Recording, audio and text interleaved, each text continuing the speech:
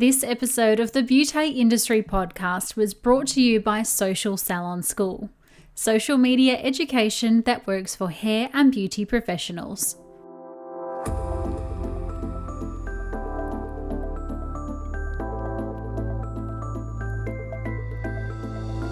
Hello and welcome to the Beauty Industry Podcast, your online support community for the professional beauty industry.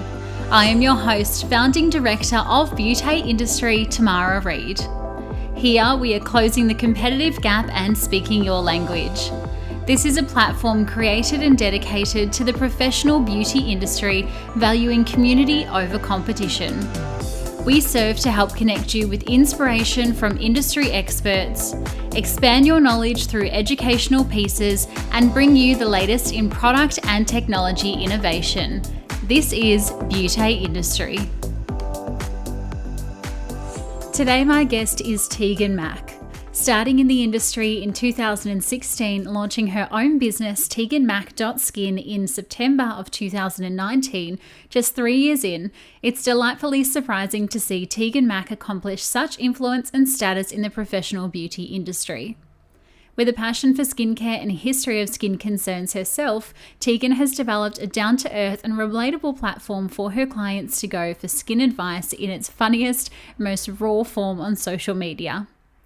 Being the first person to win the AST Skin Masters Social Media Award, Tegan is somebody I frequently get screenshots about from community members asking, where do I get these for my salon, or how can I do this for my clients? Showing her true entrepreneurial ways are making waves and leaving impressions on the industry as she challenges the status quo and creates a landscape of her own.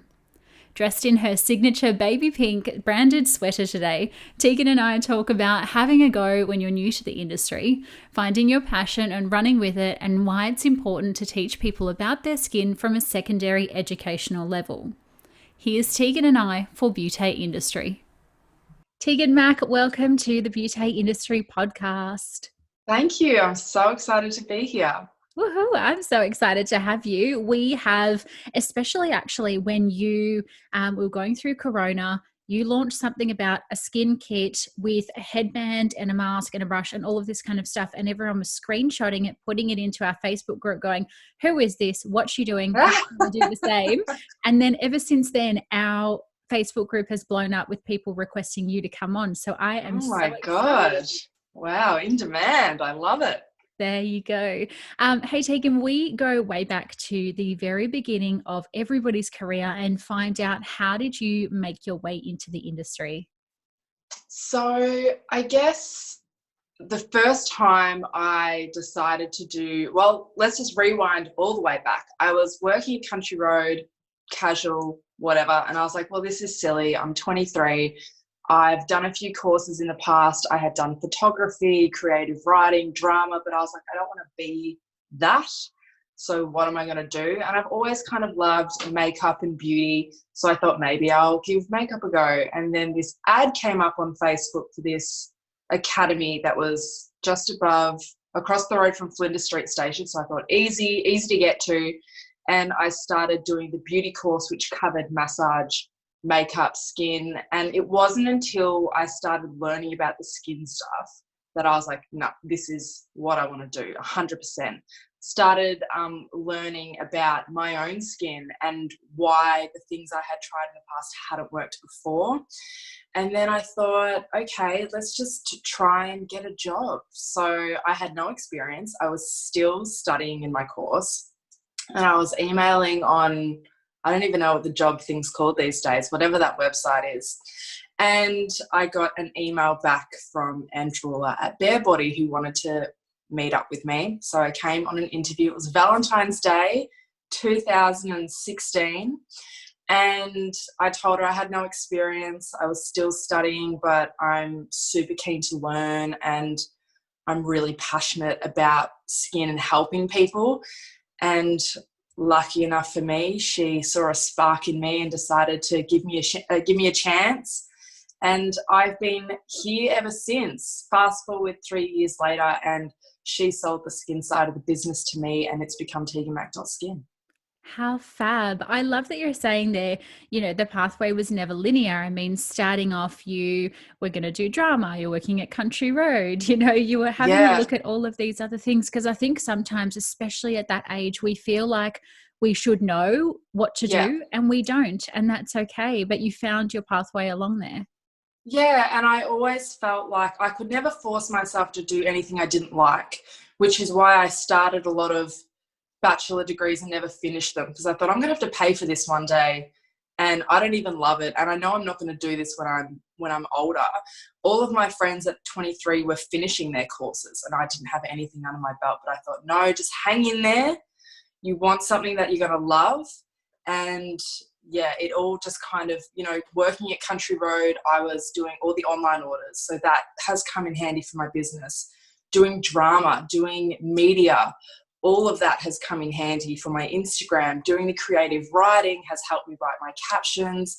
So everything I've done, even though it was not, doing it for this end goal of working in skin, it has all come together and kind of I've created this job which combines everything that I love. It combines, the photography and the editing of videos and talking on camera and all that kind of stuff, which I love. So I'm super happy where I am now.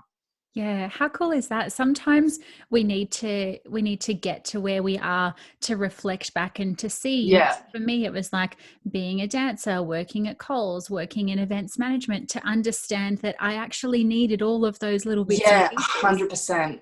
It all Yeah. kind of makes sense eventually. Everything, you pick up a skill along the way that you will use down the track. Absolutely. And I love what you're saying there about how you didn't have any experience, gave it a red hot crack, got the job, and the business owner saw something in you that even Yeah. though you didn't have 2 to 3 years of experience, like every ad on Seek reads, that she still wanted to give you a go. Because I think it's really difficult in this industry for up and coming beauty therapists Yeah. without any experience. It's like, right, well, Yeah. you want me to You've have got to start somewhere. experience. And if Yeah. every job had 3 years experience and laser experience was a must, I wasn't even finished my course. But you never know. You've just got to kind of go out there, give it a shot. A lot of people didn't reply, but eventually someone will give you a crack and you just work hard and go from there. Yes. Now tell me about the skin side of the industry. When did you realize that that was your jam? Because I've always struggled with acne, I wanted answers for myself. First and foremost, I had a drive to fix my skin. And a lot of my friends, particularly my best friend, also struggles with her skin. So I was like, I think I can learn stuff that's going to help you. And let's try these products and let's try these treatments. What works, what doesn't. That's where it's come from. And even to this day, it's every time someone walks in, particularly if they've got acne, I still feel like I'm their friend who's just trying to figure out how I can help them. And I think that's what makes it not seem like work. It more seems like I'm just trying to help my friends out so that they can understand their skin, feel confident in their skin, because I never had that growing up. No one ever gave me the information I really needed. It was all about getting on medication and, long term that doesn't really help. So I guess I just want to be the person that I didn't have when I was a teenager. Yeah, and that's so beautiful and relatable as well. When you had your own concerns of acne and you tried everything under the sun, was there ever for you a place where you just thought, stuff this, I'm just going to give up and go on, medication and things like that Oh, because it's yeah. exhausting, right? Yeah, there were definitely times where, especially it got quite bad. I mean, I still get breakouts. It's still a thing, but it got quite bad around age 20 when I had come off the pill because, they say don't be on it for too long. And the reason I was on it in the first place was for my skin. So I thought, oh, maybe it's fixed itself by now. Maybe I've grown out of it. And it just came back and it was just you just feel so yuck going clubbing when your face is all bumpy. Like you can put as much makeup as you want on, but at the end of the day, that texture is there. And I thought, you know what? I don't care if a medication screws me up long term. I don't care what it does to my health. I just want it fixed. if it means going on Roaccutane, the pill, doxycycline all at the same time, and I'm gonna have to remove my liver when I'm 60 years old, I don't care. Just fix it.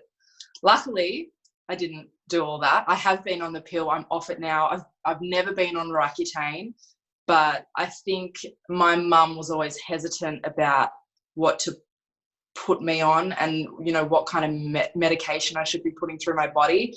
And that's probably why I never went hardcore into all that stuff, thankfully, because obviously I don't want to have a liver transplant, and I do care about my long-term health now. That's perfect. I mean, I think even, you know, you said there going out to the club, your skin's all bumpy, but some therapists have said to me in my past educational roles, Tamara, I don't feel confident as a therapist because I've got acne, and how can I talk to my client about that? I mean, how do you feel? As you mentioned, you've still, you know, still getting Yeah. breakouts. It's a very real aspect of the job when you're talking about skin. Yeah, definitely. And there was a time, maybe it was 2017, it was after I'd come back from Europe. I was still learning what products my skin liked.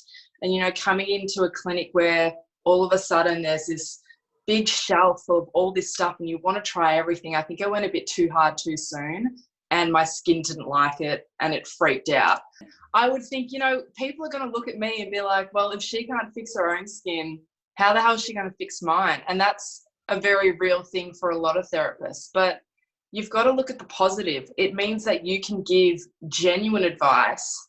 You're relatable. You're going through the same thing as a lot of other people are. And you can say, you know, I've tried this, I've tried that, I'm still trying. It's an ongoing thing. It does take a lot of time. My skin's slowly getting better and better. And it might help give your client more realistic expectations, because sometimes, you know, you're getting skin advice from someone with perfect skin and you think, they don't get it. They have probably never had a pimple. They're using products that they would never use on themselves because they don't need that kind of thing. So in a way, it can work to your advantage. It can make you more relatable and give you a deeper understanding of what works, because you're trying to figure it out for yourself too. Yeah, and it does speak volumes, I mean, of your experience as well. I think I was watching a story of yours a couple of weeks ago and you had a breakout and you were trying to conceal it and take the redness down, and you were like, I tried this product and my skin is flaking and it dried it out, but I tried this product and I like this product. And I guess, Yes. you know, your followers and your audience and your clients are coming along that journey with you. So Yes. they're like, oh, she completely understands it. Yeah. Yeah, definitely. And I think that's what a lot of people appreciate, is they're getting skin advice from someone who is going through the same kind of stuff that they are. Yeah, absolutely. How have your audience kind of responded to the fact that you are so real and so relatable and just put it out there on social media? I think even for me, you know, I did a live this morning and I had no makeup on, and it takes some guts to do that because, you know, social media is so very curated and filtered. I mean, how do you kind of navigate your way in putting yourself out there and your stories out there? Well, I guess the first thing to remember is when you're filming these things, you're by yourself in a room. So even though for the viewer, it's like, oh my God, all these people are seeing her face. For me, it's like, I'm just sitting here by myself. So that's the first thing. I don't really feel awkward. Second thing, if you want to go look at airbrush skin and Photoshop stuff, that's everywhere. Like, there's nothing wrong with your real skin, and it just doesn't bother me. I'm not the only one with pimples. I know that because I'm treating people with the same skin every single day. So you want people to open their phone and open Instagram and see someone relatable. And if I can do that for people and show my skin, and when it looks crap and when it looks great, and also like when it does look great, celebrating when it looks great and saying, oh my God, I look amazing today. Look at my skin, it's come so far. I think that's also important, because a lot of people can feel a bit, they just put themselves down all the time about their skin. Even when they do have wins, they're cautious about saying their skin looks good because they don't want to come off a certain way. So I don't know, after a while of talking to yourself by yourself on your phone all the time, you just say whatever you want to say, you do whatever you want to do, and no one's ever bullied me. I've never been cyber bullied about my skin. So I guess that helps when no one's saying any mean stuff. Everyone says really supportive stuff and they love it. And that drives you to keep making more videos like that. Oh, that's so beautiful. And I guess if somebody sees that you've got the confidence to go out there and, get on camera and be on social media, that person in their bedroom might be seeing that and thinking, oh my God, she's, indirectly inspirational and maybe I won't wear makeup or. Yeah. Yeah. And I'll come to work without makeup and do these consults with my pimples showing because we're here to talk about skin. So it's so fine for people to have a look and see that, you've got some stuff going on. Some people come in and say, oh my God, your skin's always so perfect. And I'm like, no, absolutely not. So I don't want to trick people into thinking I've got this amazing skin when, I've got all these products, all these treatments in front of me. I still get pimples. It's inevitable for some people that they'll still break out. So I don't want to hide the fact that I'm breaking out. So I think the more I can just show my skin for what it is, the better for everyone else. After the break, Tegan shares with us the method behind her merch and online consultations, and how she hopes to keep spreading skin awareness within the wider community. But first, a word from today's beauty partner. Community, our beautiful friend of the podcast, Nicole Healy, has launched her brand new social media membership course, Social Salon School, which teaches social media education that works for hair and beauty professionals. The membership contains simple yet effective marketing tools in drip-fed style lessons once a week by the educator and founder of Melbourne hair blogger Nicole Healy herself. With her wildly successful following of over 60,000 over on social media and the current finalist as hair educator for 2020, Social Salon School is proof that with a little learning, you too can boost your social media strategy.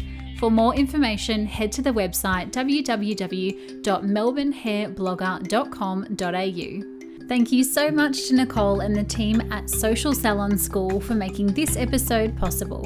And now, back to Tegan. Can we talk about, you mentioned just earlier that you bought the skin side of the business from your boss. I mean, How do you just do that? How does that transaction happen?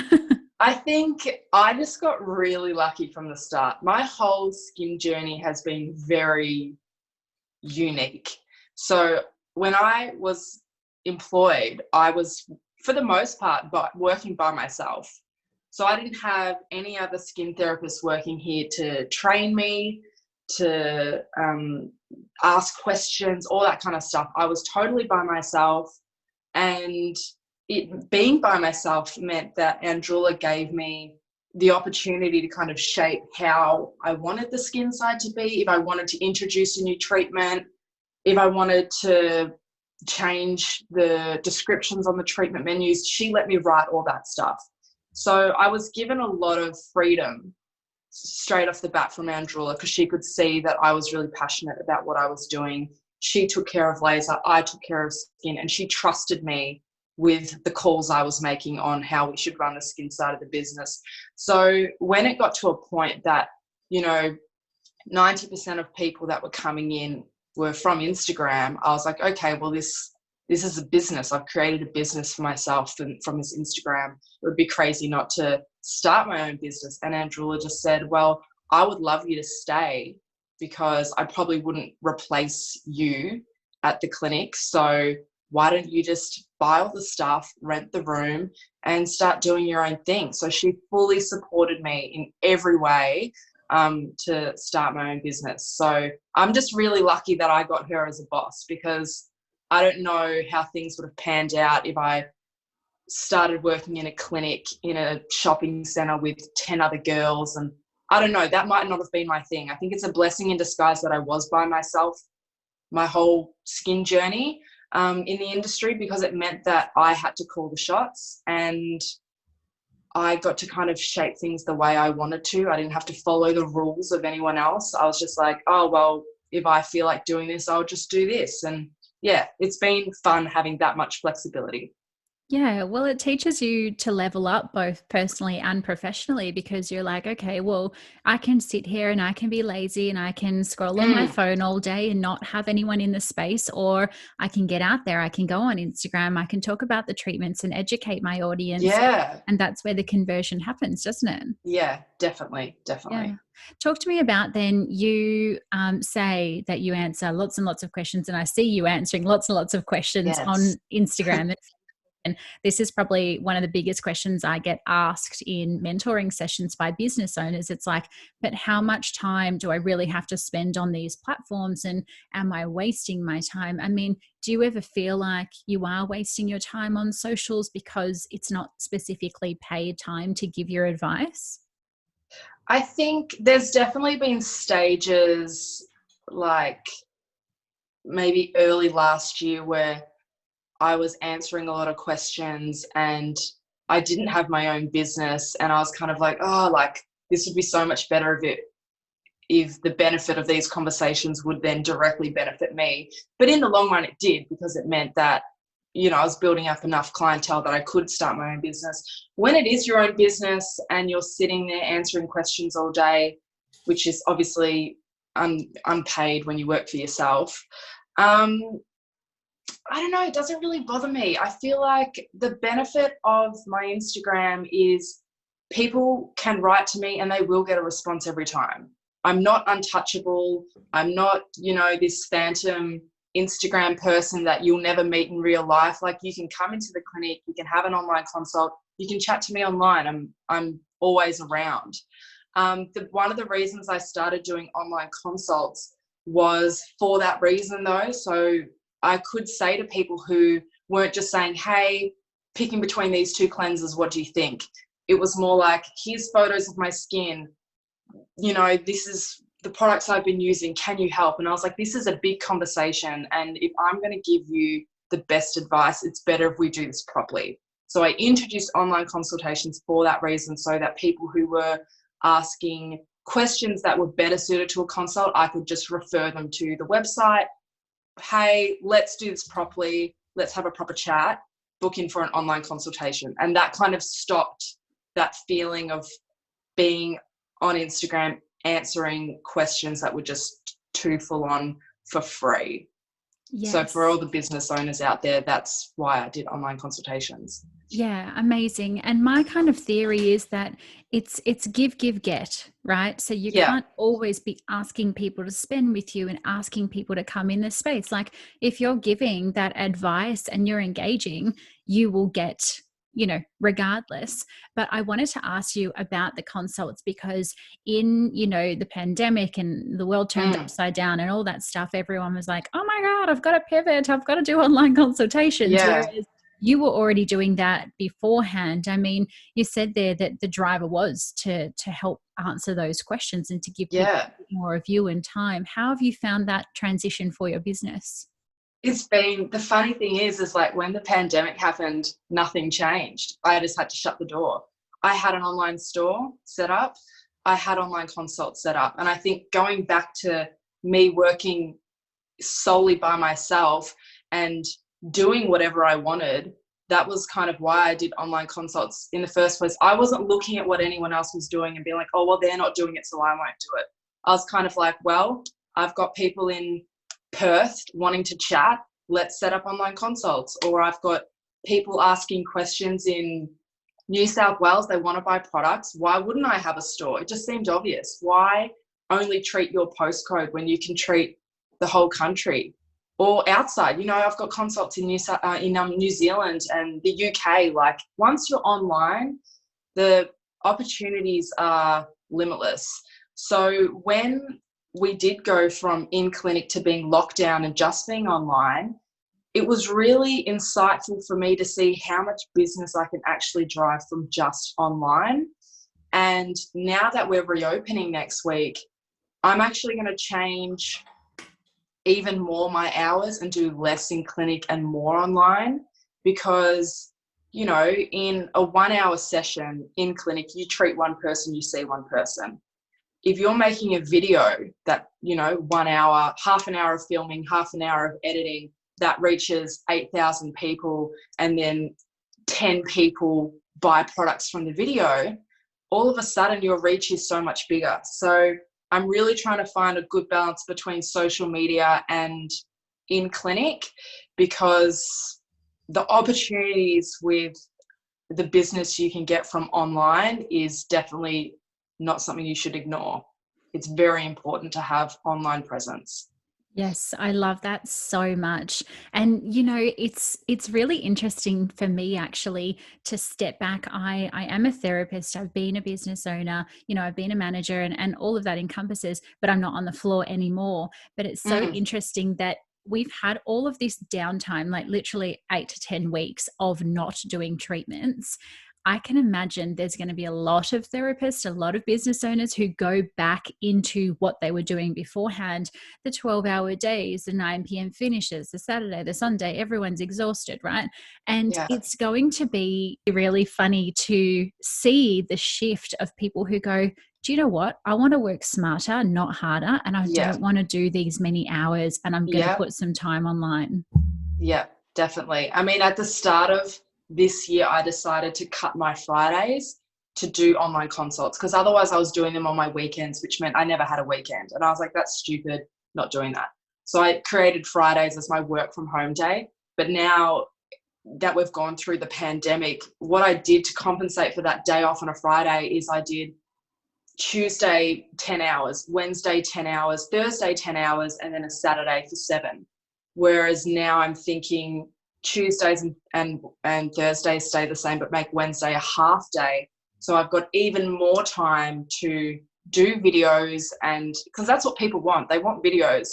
And I would be crazy not to make the time for that. And if that means less hours in clinic, then that's just something you've got to do. And it's also going to be great work-life balance for me. So I've got the energy to make videos and I've got inspiration, because if you're working massive days, the last thing you're going to do is come home and film an energetic video about skin and trying to, you know, encourage people to whatever. You just don't have the energy for that. So if it gets to a stage where I can't take on new clients, then that's just something I'll have to do so that I can give my current clients the best chances of getting appointments, but also keep my online presence alive and thriving.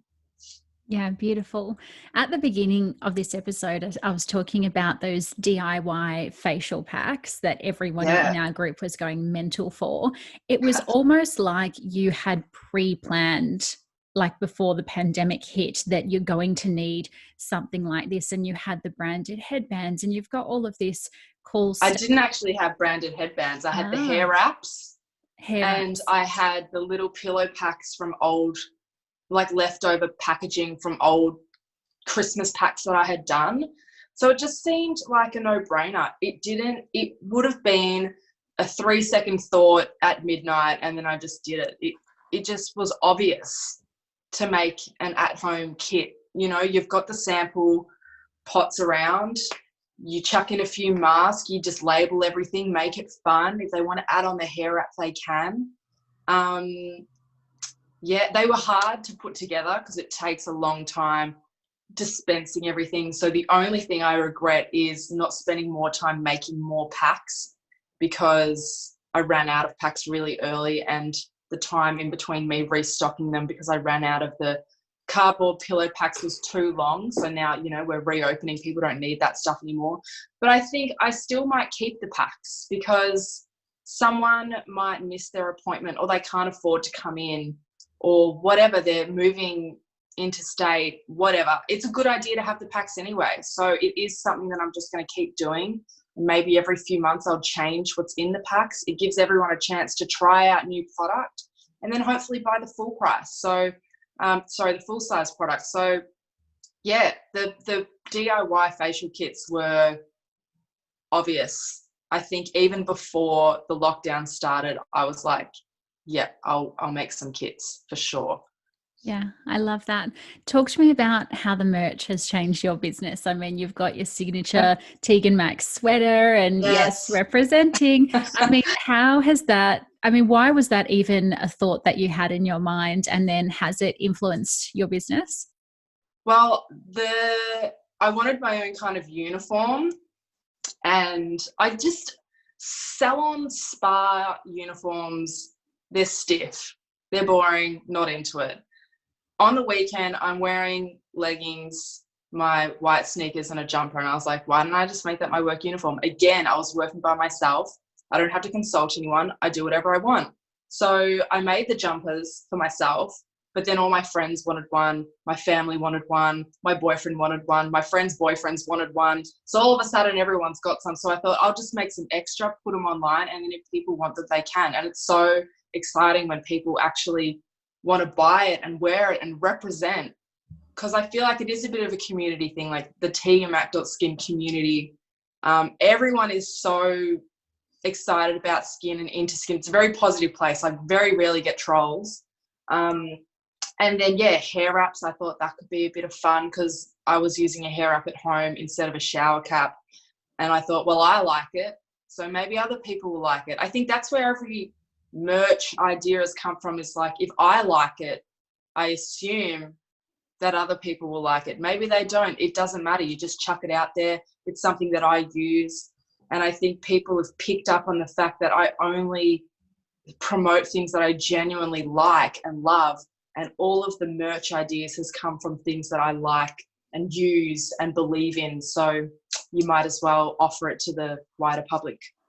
Yeah, incredible. It sounds like you're a pretty dynamic person who, like me, is just going to flick on light bulb and all of a sudden create a company. Yeah, A little bit crazy in that respect too. you've got to be.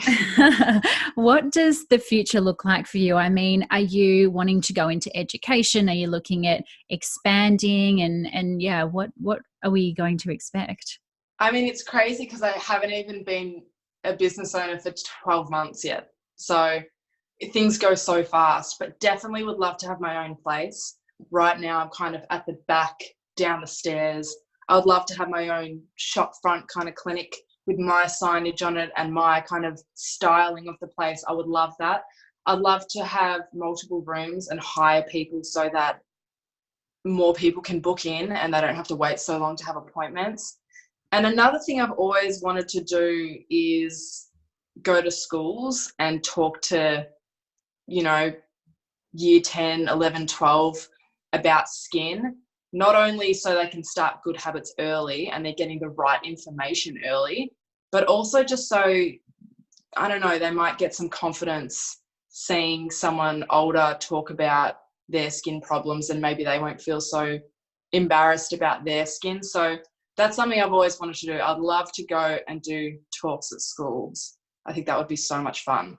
And so rewarding as well. I mean, Yeah, obviously for that age, I mean, we know hormones are going mental. It's yeah, really, really important what we look like because we're just going out and we're just going to I know. parties and debs and things like that. Especially with the standards these days, like what girls look like at age 18 is insane.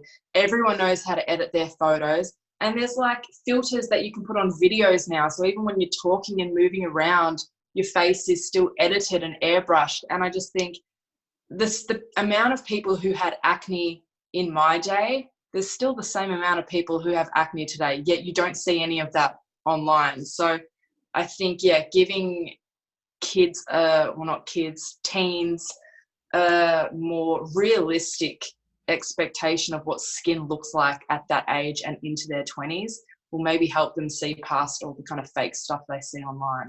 Yeah, and two, you're going to get in there earlier. I mean, even if you're starting at Mm, like year 7, you get away from like your traditional kind of department stores and the high alcohol and fragrance based stuff and the yeah, medication and yeah, yeah, you can really help guide them. yeah, definitely. I think, yeah, that's something I have to do. Feel like that's what I needed when I was that age.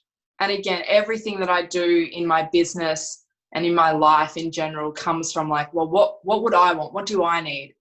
And then yeah, the ideas just kind of go from there. So I feel like that's something people will definitely benefit from and appreciate. Even now, I have mums bringing in their daughters age 12 just to start them off on the right foot with skincare. So if I can reach 150 teens at one time, then that would be awesome. And then Brilliant. they'll follow my Instagram. And the cycle continues. Yes. And then they'll grow up being Teganmac.Skin girls and boys. And yeah, that'll be good. I love it. Tegan, thanks so much for jumping online this morning and having a chat with me. It's been divine. No worries. Loved it. Thank you so much. Thank you so much for tuning into today's episode with Tegan Mac, and thank you again for requesting this conversation. I hope you all enjoyed it just as much as I did. I loved what Tegan was saying about listening to clients and being flexible as a business owner in order to really hear what they're saying. Asking questions like, what does our client want? What problems do they have? And how can I help resolve these problems is a simple little strategy that you can do on your own or with your team when you're next working on your business. Tegan's can-do attitude is something I absolutely adore and admire so much, and I hope you found some inspiration from Tegan in our conversation today. If this is the case, well, I would love for you to give us a little rating, write us a review, or even show us how and where you're listening to this episode by sharing a little picture or video across your socials by tagging at Teganmac.Skin, myself at Tamara Shaw Reid, and of course us at Beauté Industry. Until next time, stay connected.